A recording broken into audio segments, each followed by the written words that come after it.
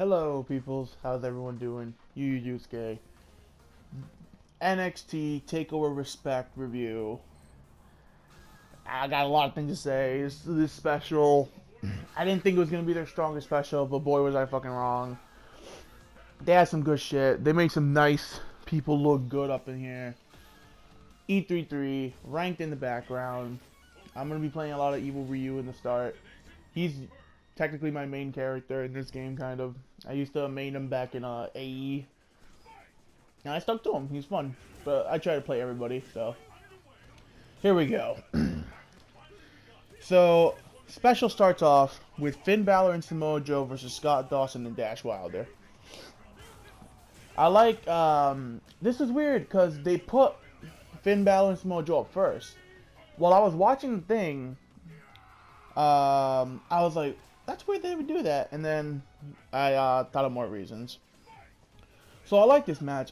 It started at 100% from right away. Scott Dawson and Dash Wilder just started off by just going right at the champion. They want to take down the champion. They want to make a name for themselves. They want to take down Joe. They want to take down Finn. A good actually start because it makes sense. They're hungry. They're like desperate right now, you know? So they start from the start. Match is at a really fast pace. I like it. So Scott Dawson hits Finn Balor with a running chop block from the front of the leg, takes him down. They work the leg the whole entire time. And this is where I thought to myself, this is why this match is up first. They put Finn up first so they would injure the leg and make him into the demon later on. But it turns out I was wrong, which I was very disappointed. I thought that would have been cool. It would basically be like the stuff we're doing with Kane right now. It would be kind of cool because like, oh, you injured Finn, but you didn't injure the fucking demon. So they didn't do that, so I was wrong on that, so whatever. So match is going good. Working the leg. Working the leg, I like that. Dawson and Wilder are being super fucking aggressive. Like, they're stiffing the shit out of the Finn. They're going nuts. I like the aggressiveness. Joe's fucking hot tag was amazing. Everyone got, like, hyped. Joe hit every single move under the sun he knows with such, like, ferocity and everything. Joe's about to end it. Then Finn says tag him in, even with the busted leg. Joe hits the muscle buster, and then Finn hits the double foot stomp. And there's your first winner of the semifinals. Really nice match. And now the story going into it is how is Finn going to do for the last match, because Finn is injured. I like that. Again, I wish they would have gone with my idea, but it didn't happen. This is a really nice match. Not the greatest match on there, but just to see Joe's hot tag and like Scott Dawson and Dash Wilder doing something is pretty cool. I hope they keep them kind of in the limelight a little bit. But then we make it to Jason Jordan, JJ, and Chad, Willie, and Gable versus Rhino and Corbin. This is probably my second favorite match of the night. This match was so fucking good. If it wasn't for the women's match, this would have been my favorite match of the night. This match was so good. Of course, we got Rhino. The first thing he says when he walks in, who's the man? And I'm like, yeah. We know it's going to be a good Rhino match. Look at this fucking relauncher. He ruined my perfect, man. I work hard on those. So, we got nice gut-wrench takedowns by Jason Jordan to Corbin. Corbin's a big fucking dude, 6'7", 6'8". Jordan makes it look fucking easy. This guy was like, this was the Jason Jordan and Baron Corbin match. Like, they impressed me so much in this match. Like, people hate on Baron Corbin and stuff because, you know, he's not an indie darling. He's not the greatest wrestler of all time, whatever. But in this match, this guy proved that he's ready. I didn't know because I want Baron Corbin to be the one who defeats Cena for the open challenge one day. And I didn't know he was ready. This guy's fucking ready. Corbin's a fucking machine, man. So the match starts off. We got the gut wrench takedowns. JJ very impressive. We have the people. By the way, Chad Gable is over as fuck over here. They are chanting Kurt Angle's theme song to his name. They're going Gable, Gable, and I was like, oh my god, they figured it out. Because I've been saying that forever, how this guy is the next Kurt Angle if he sticks with this. Because the guy is so impressive. He has like the same almost background as Kurt Angle. He just didn't win it with a broken fucking neck. Double Northern Light suplex. I have never seen that before. Like, JJ and Chad Gable both did a Northern Light suplex to I think it was Rhino. That was really nice. A sick Saito suplex by Jason Jordan. I've always been a big fan of that move. Like, I mean sick. It looked like awesome. Corbin did his new spinning side slam that looked amazing the way Chad Gable sold it. We had a Rolling Chaos Theory German suplex. I haven't seen that since TNA, since Douglas William. But Gable pulled it out here. He rolled it out, and he did it to fucking Corbin, and Corbin's fucking huge. Like, this Chad Gable's no joke. Everyone popped for that. We had a sick gore by Rhino. Like, this match is crazy. Like, you have to see this match. It's that good. Gable is just still over. He's in there, and then we get the sickest end of days I've ever seen. I thought the one he did to Solomon Crow was good. It got beat. So, Rhino gores Jason Jordan, takes him out. Then it's just up to Gable and Baron Corbin. Baron Corbin pushes him out. Gable dodges it. He runs through the ropes. Gable goes to do a Hurricanrana. And then fucking Baron Corbin turns his Hurricanrana attempt into a tilt-a-whirl end of days. Like, he twists him around, catches it. It looked like people were chanting, holy shit, this thing was amazing. 1, 2, 3, done. Rhino and Baron Corbin advanced to the finals. This match was just so good. Jason Jordan was on his A game. Like, this, I always been iffy about this guy. This guy showed that he could be a player around here. Chad Gable is Chad Gable. He's amazing. Rhino solid, the veteran, but this was the Baron Corbin match. Baron Corbin and Chad Gable and Jason Jordan. This match was amazing. Everyone should go watch it. One of the sickest finishes I've ever seen in a while. And I'm pretty sure that Baron Corbin is ready now. He is ready for the main roster soon. This guy's good. Like, he gets it now. Like, before he was a little bit awkward, but he gets it now. Then, we have little stuff. We have Dana Brooke versus the debuting Asuka, a.k.a. Kana. Let me start off by saying Asuka's entrance is awesome. I love her theme song so much. She's probably have, like, one of my new favorite theme songs on NXT next to Evil Emma.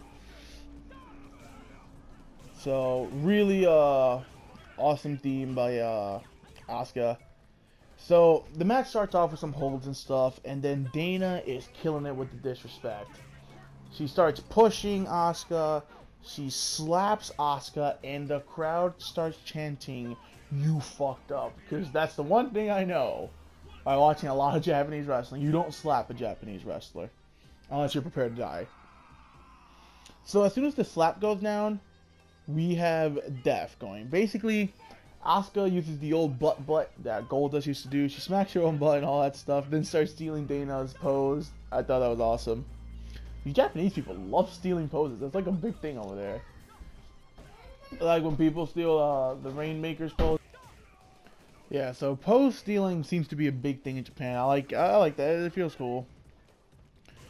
So we get so Asuka's displaying her wrestling ability and her like submission ability. We get a jumping arm bar that looks so sick. She could have just ripped Dana's arm off. One of the best moves I've seen in a while. A leg lock German suplex. It looked so like disgusting because like the way Dana's knee was just bent back. So basically this is just Asuka destroying this girl. So Asuka wins with the crossface chicken wing. They call it the Asuka lock. Dana is turning red. Like she had this lock in deep. Fuck it. Dana comes back in. Pushes Asuka. Asuka spins kicks the crap out of her. Just like any Japanese person would do if you mess with them. Then Asuka goes out and starts staring into Emma's soul. Emma like looks away in fear and Asuka's just like laughing intensely. And I'm like, oh my god. Why is she so anime? So this was an amazing, awesome debut. Loved every minute of it. I loved Asuka's offense. I was familiar with her before, but it like she was so happy to be there. She just turned it up to a whole nother level. It was nice to see. And Dana Brooke held her on. Like, I'm not gonna shed over Dana Brooke. Dana Brooke did good. Dana Brooke held her on. She made Asuka look good, but not making herself look weak in the process. We're probably gonna get Asuka versus Emma at one of the NXT shows. Not the TAKEOVER special, just like a random show. And I'm pretty sure Asuka's gonna be going for that title. soon, because, like, this girl, I want to see this girl and Bailey go. With her offense, like, her submission-based offense is crazy. So, special's been amazing so far. Then we get Tyler Breeze. Very sad Tyler Breeze didn't get a special entrance. Neither did, like, no one got a special entrance. Like, not even Sasha or, like, anybody, so. We have Tyler Breeze and Apollo Crews. The match got some time. That's what was my biggest fear. I didn't want Tyler Breeze to get squashed. This was a good match. Apollo Crews had to do a lot to beat Tyler Breeze, which I like. We got a sick drop kick at the beginning. I've been waiting all night to see that drop kick. Apollo Crews' drop kick is second, is probably third or second on my list. It's a pretty fantastic drop kick. So yeah, Apollo Crews with drop kick. We got that nice pup handle backbreaker by Tyler Breeze that I like a lot. Tyler Breeze busted out also a sharpshooter, which is really cool. He usually does this inverted like sharpshooter figure four type of move. It's a sick move. They actually ended up putting it in the new 2K16 game. It looks awesome. We have a sick enziguri by Apollo Crews. Like, this enziguri was one of the high, like, I was watching it with someone and they're like, oh my god, that is a beautiful kick. And I'm like, I know. Like, I thought Seth Rollins had the best enziguri in the game. I don't think so after this. So, match breaks down. Tyler Breeze is getting desperate. Apollo Crews is in the corner. Tyler Breeze is, like, running at him with forearms. He hits him with one, hits him with two. He's about to go for the third one. And Apollo counters it into an amazing, like, bicycle kick. It looked sick. He powers up like Super Saiyan, basically. And does this, like, he gets him in a verted atomic drop position. Like, a reverse one. And he's about to, like, land him on his butt. But then he switches it to a power bomb. It looked really sick. I hope he keeps his move. It looks really awesome. So Apollo wins with the, like, I'm just gonna call it the back switching power bomb. Really nice match. Tyler Breeze didn't look like a fucking pussy, which I like. That's why I like NXT. Fucking Triple H knows how to book people. Like, at least if you're gonna have him lose, make him look good. So that was awesome. Finals of the Dusty Rhodes Classic Tournament. Finn Balor and Samoa Joe versus Rhino and Baron Corbin. Match was okay. Didn't get a lot of time. They were telling the story of Finn's leg. Nice chokeslam spine buster by Baron Corbin. That was really good. Rhino and Corbin are destroying Finn Balor's leg. Like, really good stuff. A really amazing Gordo Joe by Rhino. Like, the match is going decent. It didn't get too much time because, again, you'll hear why. So, that was good. Then the Muscle Buster double foot stomp to Rhino for the win. I'm glad they kept Corbin still not beat. He's only been beaten two times, that's it. So, he lost the submission to Joe, and he lost one match to Adrian Neville that no one ever talks about, to the Red Arrow. Because the Red Arrow's that much powerful of a move. So, I'm glad they're keeping Corbin, like, not getting beat that much. So, like, this pay-per-view is just, well, special event with an amazing showcase with Baron Corbin. So, Finn and Joe are there with the big trophy. The trophy looks really nice. The whole Rhodes family were there. We had Dusty's wife. We had regular Cody Rhodes. We have Dustin Rhodes, a.k.a. Goldust. We have Eden there, which is awesome. I love that she did the ring announcing. Really, really nice, heartfelt promo by Cody Rhodes. Every time I look at this guy, I'm like, this guy could have been a fucking star. So, really good stuff. Really heartwarming stuff. Really nice to see Cody Rhodes be Cody Rhodes.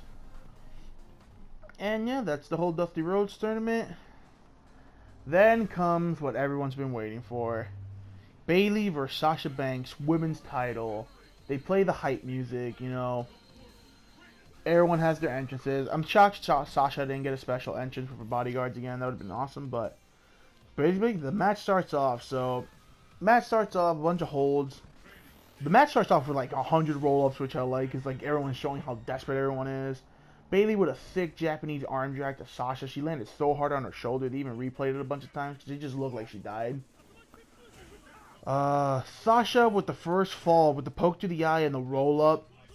So they're establishing that Sasha's desperate, you know what I mean? Bayley then comes back with the second fall with a random Bayley to belly suplex. She does it really cool too. She like pulls Sasha's legs and just like, she did it like in the last special.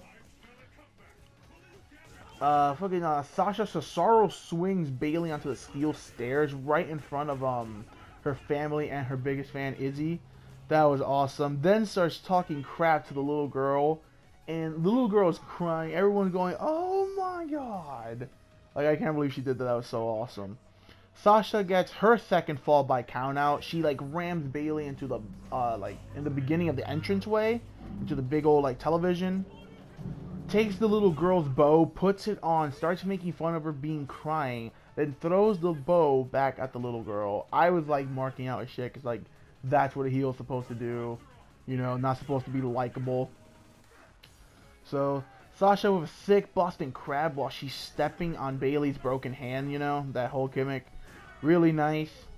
Bayley with her second fall gets it with a roll-up. She counters the Boston Crab into a roll-up. So Bayley then starts going nuts, getting revenge on Sasha. She destroys Sasha's hand. She rams it into the stairs a million times. She goes nuts. And I'm like, this is what I wanted to see from Bayley. I wanted to see Bayley just go batshit insane, killing Sasha. You know what I mean?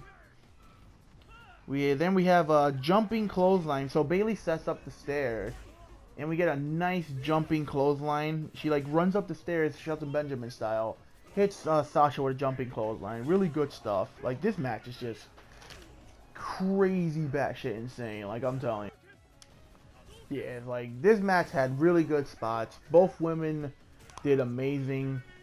And the match ain't even over yet. Like, the stuff with just, like, this little girl with Izzy.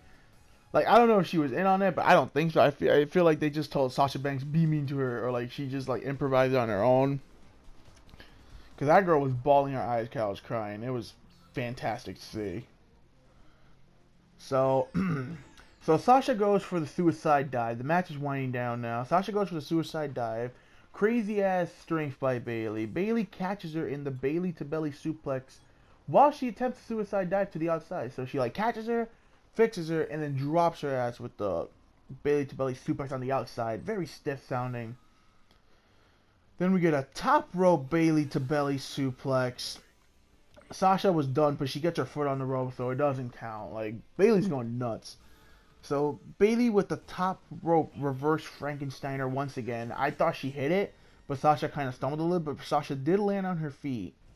Hits Bayley with her own move. Hits her with the Bayley to belly, the Sasha to belly suplex on Bayley. Bayley no-sells it, New Japan style, kicks the fuck out in like 2 seconds. Sasha then reverses her kick out into the bank statement crossface. Holds the submission for about like a minute and like, it was like a minute and a couple seconds. She holds the submission for a long ass time. I thought they were gonna, like, she was gonna hold it until it was over. But no, Sasha just holds it for like a minute, I'm pretty sure. Then Bayley with a sick submission of her own. I don't even know what the fuck you would call this. It looked like a Ring of Saturn type of move, the old Perry Saturn thing from WCW. Holds the submission. She goes nuts. She holds the submission for about 30 seconds. There is 6 seconds left, and finally Sasha verbally says, I give it up. Bayley wins. There you go. Like, this is probably the second greatest women's match I've ever seen. Because, number one, it's Sasha versus Becky Lynch.